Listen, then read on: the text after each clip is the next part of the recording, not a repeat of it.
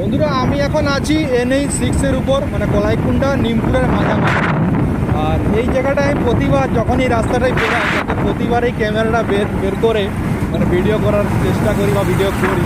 কারণ হচ্ছে এটাই যে এই জায়গার যে সৌন্দর্যটা, এই জায়গায় যে NH, তার নিচে কলাই, তার নিচে বাড়ি, মানে এই জায়গার যে সৌন্দর্যটা, আমি এই সোজা গিয়েছি কলকাতা পর্যন্ত এই NH ধরে, আবার এইদিকে টাটা পর্যন্ত গিয়েছি।